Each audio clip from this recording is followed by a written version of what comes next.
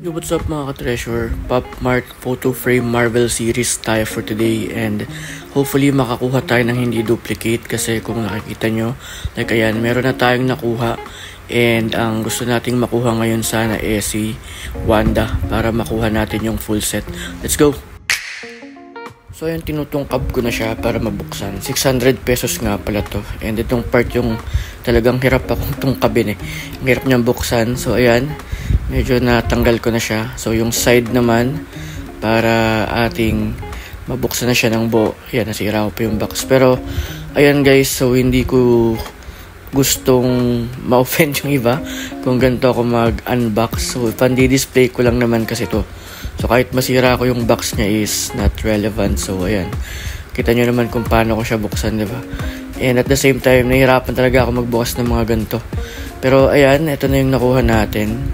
So ayan yung photo frame card. Sino kaya itong nakuha natin? So hopefully yung gusto nating makuha, pero mamaya na yan. So ito yung main items or yung toy mismo.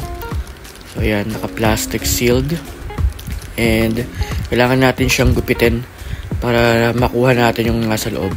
So ito, ayan. Yan na siya. Gusto ko nang makita. Teren! Wow! So hindi si Wanda yung nakuha natin, pero Spider-Man. It's very nice pa rin. So buksan na natin to para makita natin kung anong itsura ni Spider-Man dito sa Pop Mart variant na ito. So ayan yung ulo, kita nyo naman. There you go.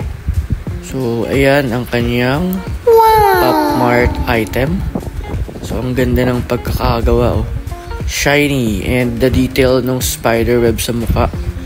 Ang ganda. Ito yung kapartner niya, si Iron Man. So, magmamagnet yan silang dalawa, magdidikit. Like, ayan, pag wala na sa plastic, ang kintab niya, oh.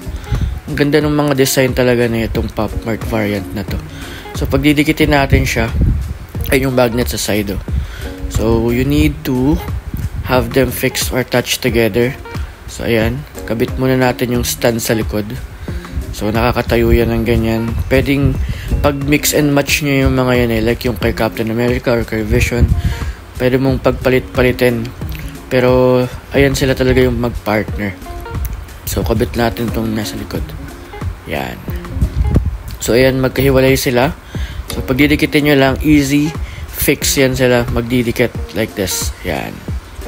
So, ayan yung complete set ng Spider-Man.